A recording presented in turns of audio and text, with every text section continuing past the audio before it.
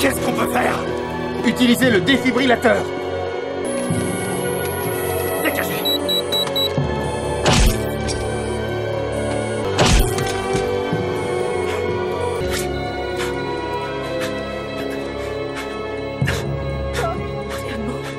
Bon, y a rien qui va dans ce passage. Je t'aime bien, Jack Bauer, mais là, vite fait, va falloir qu'on cause.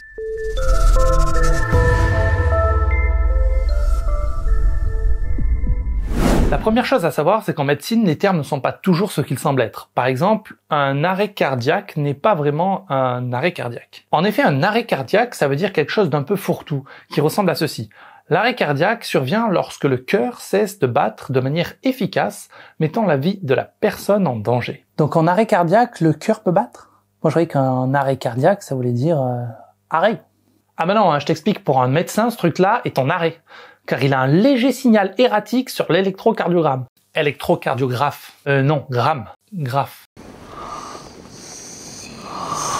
Alors l'électrocardiographe, c'est le nom de l'appareil qui génère et enregistre le signal qui donne l'électrocardiogramme ou ECG. Et ensuite, il y a aussi l'électrocardioscope qui se contente d'afficher en temps réel l'électrocardiogramme. C'est clair, non? Ah, je commence à comprendre pourquoi il leur faut 8 ans d'études aux gars, tu vois. Donc être en arrêt, ça ne veut pas forcément dire être en arrêt total. En réalité, il y a différents états possibles. Si on reprend la scène de la série 24 heures chrono, déjà un massage cardiaque qui laisserait un tracé plat comme ici, c'est stupide, hein. Si vous appuyez sur la cage thoracique, l'électrocardiogramme va forcément le détecter.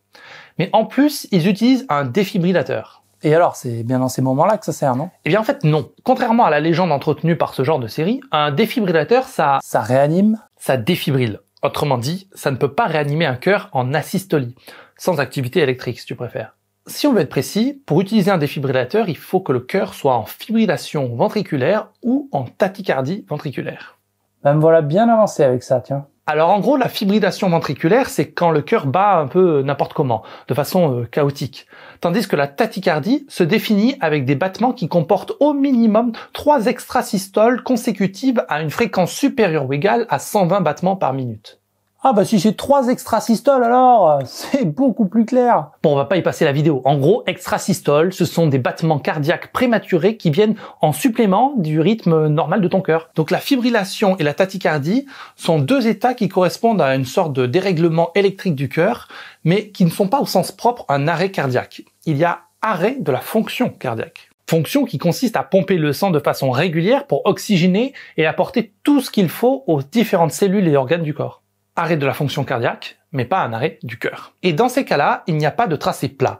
Il reste une activité. Et l'effet du défibrillateur, c'est justement d'envoyer un choc électrique qui va resynchroniser toutes les activités électriques des cellules cardiaques qui ont fait un peu n'importe quoi. En gros, c'est un peu comme un orchestre où chaque instrument s'est mis à jouer dans son coin. Et le rôle du défibrillateur, c'est comme un chef de chœur qui oblige tous les instruments à se resynchroniser et à repartir ensemble. Le choc électrique donne un peu le la, en quelque sorte. Et souvent dans les séries, il y a pas qu'un seul choc électrique, non? Oui, bon, des fois, il faut aussi qu'ils donnent le si et le do. Arrête d'essayer de nous embrouiller dans la métaphore, s'il te plaît, là. T'as compris?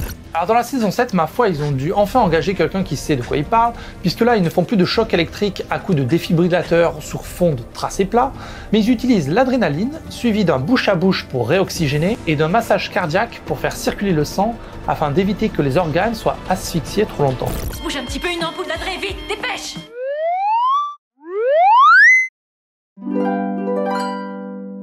Non, alors, ampoule d'adré, c'est juste parce que la forme du contenant ressemble parfois à des flacons, mais souvent à une forme d'ampoule. Mais il y a marqué épinéphrine sur l'ampoule, pas adrénaline. Non mais c'est pas vrai, hein, tu vas pas nous lâcher toi. Alors l'épinéphrine, c'est la même chose que l'adrénaline.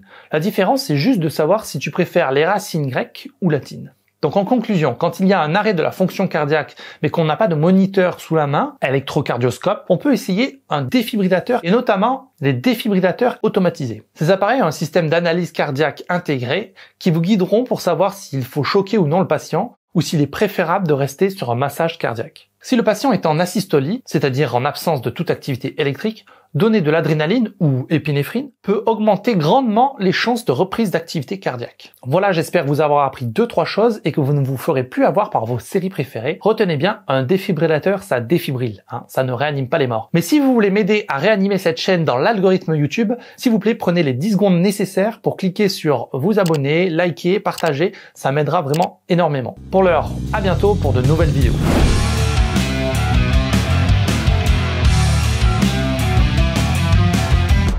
Qu'est-ce qu'on peut faire? Utiliser le défibrillateur.